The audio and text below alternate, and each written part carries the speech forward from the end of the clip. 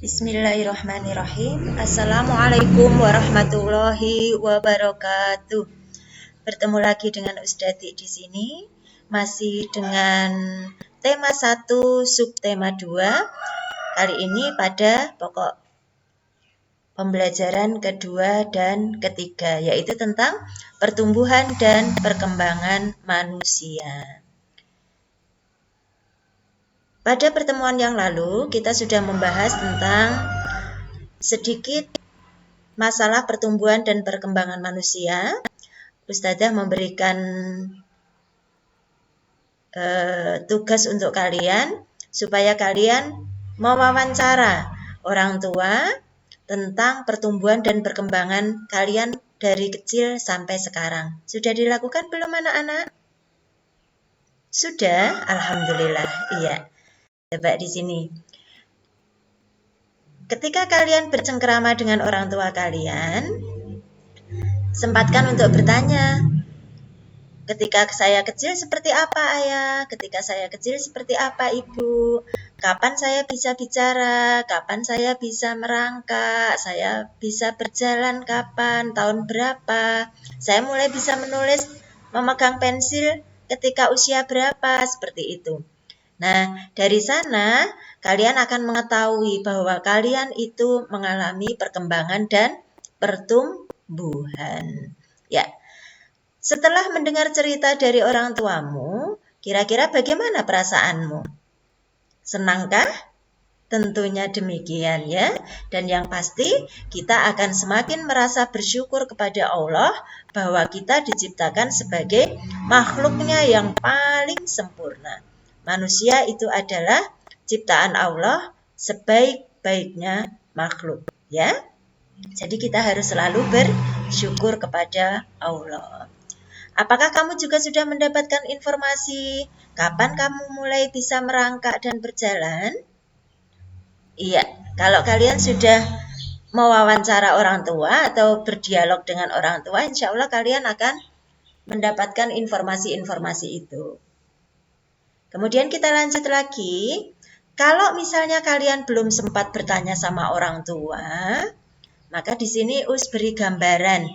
Nih, ini foto kalian bukan ya?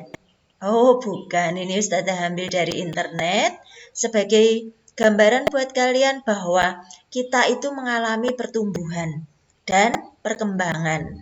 Ya, ini usia 0 sampai 3 bulan. Ternyata pada usia 0 sampai 3 bulan itu, bayi itu baru bisa menegakkan kepalanya dan juga mulai tengkurap. Gitu ya. Kadang-kadang kalau tengkurap dia tidak bisa bangun lagi, harus dibantu untuk bisa telentang lagi gitu ya. Karena dia baru belajar. Kemudian pada usia 3 sampai 6 bulan, untuk tengkurap dan menegakkan kepala itu sudah suatu hal yang mudah buat seorang balita. Nah, dia mempunyai perkembangan lagi, yaitu merangkak dan sudah mulai belajar berdiri. Kadang-kadang masih dibantu dengan tangan kedua orang tuanya gitu ya. Dipegangi jari-jarinya, kemudian dilepaskan sedikit-sedikit, itu karena mereka baru belajar berdiri. Itu terjadi pada usia 3 sampai 6 bulan. Kemudian ketika usianya 6 sampai 12 bulan, dia mengalami perkembangan lagi. Dia sudah mulai tumbuh besar. Kemudian psikomotornya, gerakan-gerakannya sudah mulai bertambah. Dia tidak hanya merangkak, tetapi malah sudah bisa duduk, bahkan sudah mulai bisa berjalan. Kalau di sini tadi baru latihan berdiri, kalau pada usia 6 sampai 12 bulan itu biasanya sudah bisa berjalan. Mungkin 1-2 langkah, 3 langkah, ada juga yang sudah bisa berjalan dengan cepat gitu. Kemudian ini sudah besar ini ya. Pada usia 2 sampai 3 tahun, dia seorang balita itu sudah bisa berdiri, sudah bisa melompat, sudah bisa berlari, kadang menendang bola dan seterusnya gitu ya. Sudah kita bisa ajak main-main di halaman.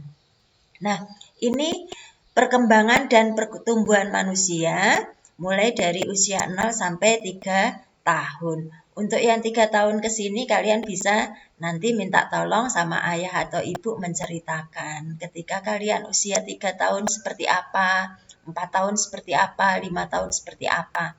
Kalau di usia SD, sedikit banyak tahu perkembangan kalian, ya. Oke, bisa kita lanjut. Nah, anak-anak, pernahkah kalian melihat lomba balita sehat? Oke, ini ada gambar lomba balita sehat. Balitanya baru bisa merangkak ini ya. Jadi usia berapa tadi baru bisa merangkak?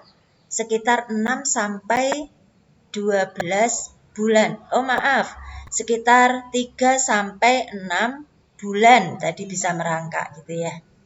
Nah, ternyata pada perlombaan balita sehat itu kita akan tahu ada yang namanya garis lintasan. Garis lintasan itu yang mana? Garis lintasan itu ini, yang warnanya berbeda-beda, yang ditempati oleh masing-masing balita. Jadi untuk balita yang perempuan ini kayaknya ya, itu menempati garis lintasan yang hijau. Kemudian yang laki-laki yang celananya lorek-lorek ini melintasi garis lintasan yang warnanya pink gitu ya. Loh, kok cuma 2, Us? Ini hadiahnya kok banyak sekali bonekanya. Karena mungkin ini gambarnya tidak full ya. Ada yang di lintasan biru masih berada di belakang sana. Di lintasan kuning juga belum sampai. Di lintasan hijau yang sebelah sana juga belum kelihatan. Jadi balita yang ini nanti yang akan menjadi juara. Iya, selain garis lintasan anak-anak, kalian juga mengenal yang namanya garis start dan finish. Start dan finish. Ya, sudah sering mendengar nggih? Bahkan kalian sudah sering kalau berlari melihat perlombaan olimpiade atau apa itu ada tulisan start, ada tulisan finish. Balap mobil dan sebagainya juga ada. Startnya itu di mana? Start itu adalah garis di mana para balita ini tadi berangkat. Mau berangkat lomba, itu berarti dia berada di garis start dulu. Baru kemudian diberi tanda untuk boleh berangkat merangkak. Kalau di sekolah biasanya kita pakai apa? Pakai peluit. Peluitnya ditiup, prit, gitu baru boleh berangkat. Nah, setelah berangkat, ini anak-anak ini merangkak, maka nanti akan mencapai garis akhir. Nah, garis akhir ini disebutnya adalah garis finish. Iya. Nah, siapa pemenangnya? Pemenangnya itu adalah yang mencapai garis finish paling cepat. Ini maaf ada kesalahan tulis ini. Jadi balita yang paling cepat sampai di garis finish itu adalah pemenangnya. Kalau start tadi berangkat, ini garis finish itu adalah yang di akhir. Kira-kira kalau 2 yang sudah kelihatan ini nanti siapa yang menang? Iya, yang perempuan ini karena dia berada paling depan dan dia akan cepat sampai di garis finish. Begitu ya anak-anak ya. Jadi ada garis lintasan, kemudian ada start, di sini tidak kelihatan, kemudian ada finish di akhir. Oke, kemudian bicara masalah pemenang. Apa yang mempengaruhi faktor pemenangnya tadi ya? Nah, faktor pemenang itu biasanya selain tinggi dan berat badannya, juga balita tersebut memiliki kekuatan tangan dan kaki serta keberanian berada di kerumunan. Nah, kekuatan tangan dan kaki itu dipengaruhi oleh beberapa faktor. Misalnya, pertumbuhan tulang dan otot, kemudian juga dari faktor makanan, dari faktor gizi, dari faktor keturunan orang tua, dan seterusnya. Itu adalah beberapa faktor yang mempengaruhi kekuatan. Tetapi anak-anak, semua perbedaan itu merupakan anugerah Allah Subhanahu wa Ta'ala. Jadi, kita wajib mensyukurinya. Gitu nggih? Jadi tidak boleh kita mengeluh, kenapa aku pendek, kenapa aku kurus, kenapa kok aku tidak bisa berbadan ideal, kenapa kok rambutku warnanya agak merah, seperti itu. Kita tidak boleh mengeluh. Semuanya sudah diberikan oleh Allah dengan segala kecintaannya pada kita. Jadi kita harus tetap bersyukur. Gitu nggih. Kita lanjut. Jadi dari situ tadi anak-anak, pertumbuhan dan perkembangan manusia itu salah satu contoh cirinya adalah berupa perubahan tinggi dan berat badan serta kekuatan. Gitu nggih? Jadi pertumbuhan dan perkembangan manusia itu cirinya adalah ada perubahan tinggi, ada perubahan berat badan dan perubahan kekuatan. Coba kalian ingat-ingat yang di awal tadi, usia 0 sampai 3 bulan tengkurap saja, ketika mau balik belum bisa. Tetapi ketika usia 3 sampai 6 bulan, dia sudah bisa tengkurap, sudah bisa balik sendiri, bahkan sudah bisa mengangkat perutnya untuk mulai belajar merangkak, gitu ya. Jadi kekuatannya semakin bertambah. Tuh. Nah, pertumbuhan dan perkembangan itu dipengaruhi oleh apa saja? Ada beberapa faktor tadi sudah sampaikan di depan. Ada makanan, ada faktor keturunan orang tua, dan juga ada kebiasaan berolahraga. Kebiasaan berolahraga ini nanti pengaruhnya adalah tentang kekuatan otot, terutama tangan dan kaki. Gitu ya. Seperti itu. Oke. Kemudian, sebagai wujud syukur kita kepada Allah, apabila kita mempunyai kelebihan dibandingkan dengan teman-teman yang lain, maka kita tetap harus saling toleransi, peduli pada sesama. Misalnya begini, ini ada gambar-gambar seperti ini. Ini adalah anak-anak yang mengalami kesulitan dalam melakukan beberapa hal. Yuk, pernahkah kamu melihat temanmu yang dalam kesulitan? Pernah ya? Oke. Nah, apa yang akan kamu lakukan jika melihatnya? Seorang anak yang peduli dengan orang lain, maka ketika ini ada gambar anak mau mengambil bola kok tidak sampai tangannya karena kurang tinggi, maka apa yang akan kita lakukan? Iya, kita membantu mengambilkan. Atau kadang-kadang kalau kalian kerjasamanya bukan langsung mengambilkan, tapi temannya digendong, suruh ngambil sendiri, tetapi dibantu dengan cara digendong gitu ya. Jadi semakin tinggi dia. Oke. Kemudian, nih ada gambar anak yang kesulitan membawa barang-barang. Yang membawa barang-barang, ya. Apa yang kalian lakukan? Oh iya, misalnya saja ketika Ustazah membawa buku banyak, kemudian repot kanan kiri masih bawa, tiba-tiba kalian datang, sini aku bantu, gitu ya.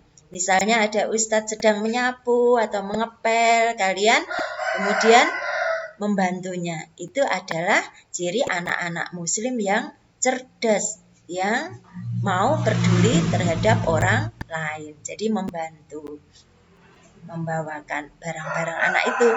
Kemudian ini ada seorang anak yang bingung. Gimana nih caranya menalikan sepatu ini ya? Ditarik kemana ini kok nggak bisa? Nah, apa yang kalian lakukan?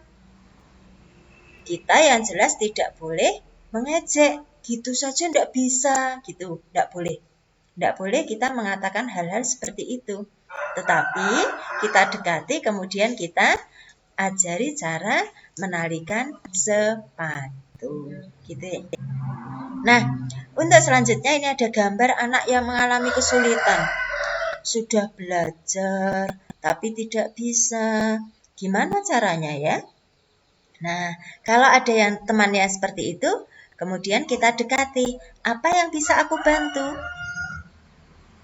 Kira-kira apa yang perlu kamu ketahui? Aku akan mencoba menerangkannya. Gitu nggih. Jadi jangan pelit ilmu. Biar saja dia tidak bisa. Biar aku dapat juara 1. Tidak seperti itu caranya, nggih. Karena di dalam Islam wajib hukumnya untuk menyampaikan ilmu yang kita miliki. Jadi sampaikan meskipun hanya 1 ayat.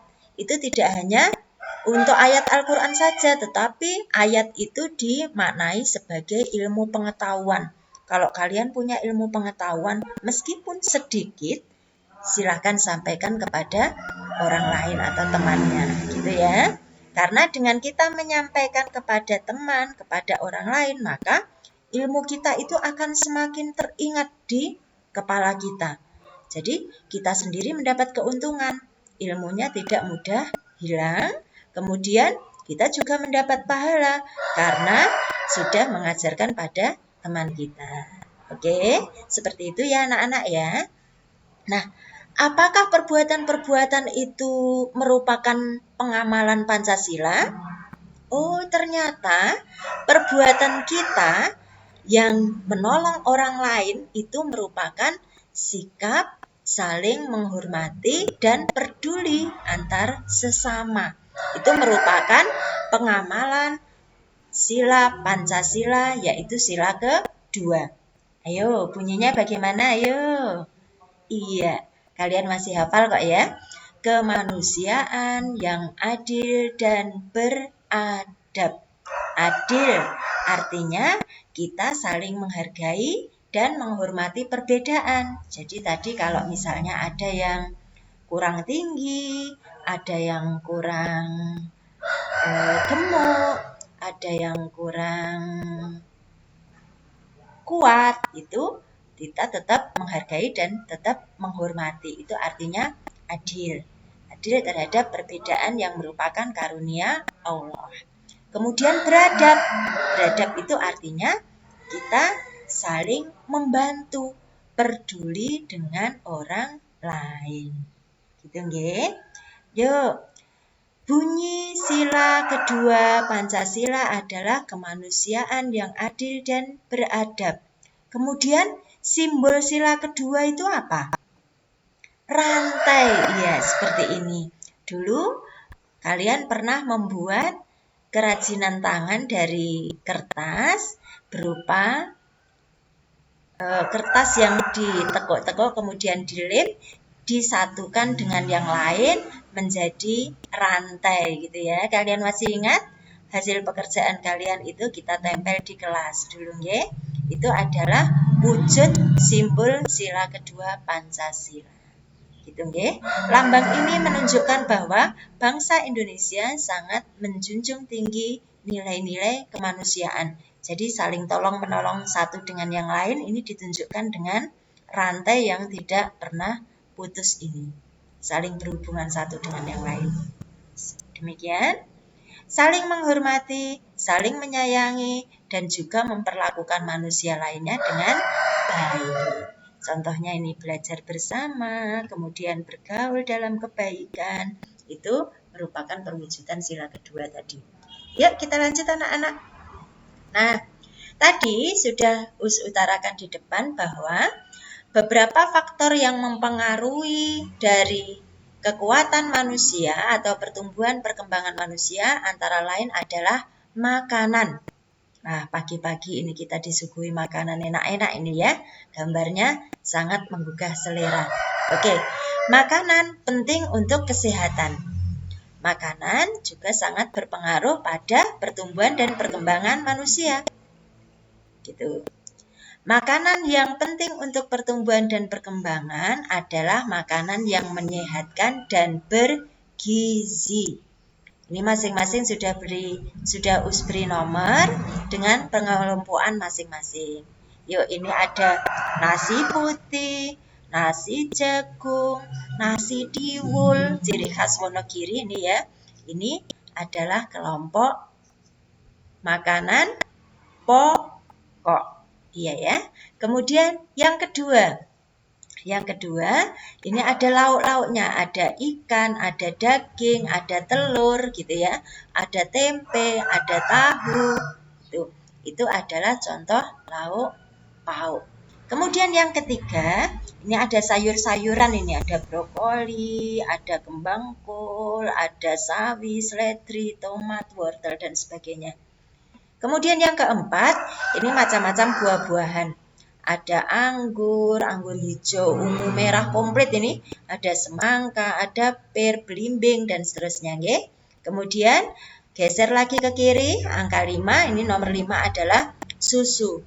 Susu yang Ustaz sajikan di sini adalah susu murni. Wah, nikmat sekali. Karunia Allah itu begitu besar, gitu ya. Yuk, keterangan apa selanjutnya, anak-anak? Nah, makanan yang menyehatkan dan bergizi itu adalah yang pertama. Ini sudah Ustazah sesuaikan dengan nomor-nomor di gambar tadi. Yang pertama tadi adalah makanan pokok. Makanan pokok itu misalnya adalah nasi, kentang, jagung, ubi, roti, sagu. Tadi ada juga singkong gitu ya yang dijadikan nasi. Masing-masing ini tiap daerah berbeda-beda. Kalau kita itu biasanya nasi putih gitu ya. Ada di daerah lain itu pakai sagu. Kalau di luar negeri itu biasanya tidak pakai nasi tetapi pakai roti seperti itu. Okay? Kemudian gambar yang kedua tadi ada lauk pauk. Apa tadi misalnya? Ada daging, ikan, tahu, tempe, telur, dan cumi. Gitu ya. Yang ketiga, ada sayur-sayuran. Tadi sudah disebutkan banyak sekali ya. Di sini misalnya yang Us tulis adalah kangkung, bayam, wortel, dan buncis. Yang keempat, buah-buahan. Jeruk, apel, anggur, pisang, dan jambu. Kemudian ada susu. Susu ini ada susu kambing, ada susu sapi, gitu ya, macam-macam. Bentuknya juga macam-macam. Kemarin kita sudah bicarakan susu yang UHT, susu kotak, itu ya. Itu ada juga yang di kaleng. Nah, makanan-makanan tersebut mengandung gizi seperti karbohidrat, protein, lemak, vitamin, mineral, dan air. Masing-masing terkandung di sini. Kalau pada makanan pokok, tadi misalnya nasi dan sebagainya, itu banyak mengandung karbohidrat. Itu untuk kekuatan, untuk tenaga. Kemudian, protein itu banyak terkandung pada lauk pauk. Ya, protein itu banyak terkandung pada lauk pauk. Ada 2 jenis protein, yaitu protein hewani dan protein nabati. Contohnya saja kalau protein hewani itu yang berasal dari hewan, misalnya ikan, daging, susu, telur, maupun keju gitu ya. Kemudian kalau yang nabati itu biasanya berupa tempe, tahu, karena protein nabati itu adalah protein yang berasal dari tumbuhan. Tempe dan tahu itu dibuat dari kedelai gitu ya, yang termasuk dalam tumbuh-tumbuhan. Nah, protein ini berfungsi untuk menguatkan otot-otot dan tulang kita. Jadi kalau makan, sering-seringlah pakai lauk yang seperti ini, biar kekuatan kita juga semakin besar. Oke, kemudian kalau vitamin itu kebanyakan terdapat pada sayur-sayuran dan buah-buahan. Vitamin itu nanti ada vitamin A yang untuk kekuatan mata, kesehatan mata, vitamin B, vitamin C gitu ya untuk kulit, E, D, dan sebagainya. Nah, kemudian ada mineral. Kalau mineral ini kebanyakan terdapat di susu, tetapi ada juga yang terkandung di dalam ikan dan sayur-sayuran. Selalu makan makanan yang bergizi, sebisa mungkin mengandung kelima hal ini.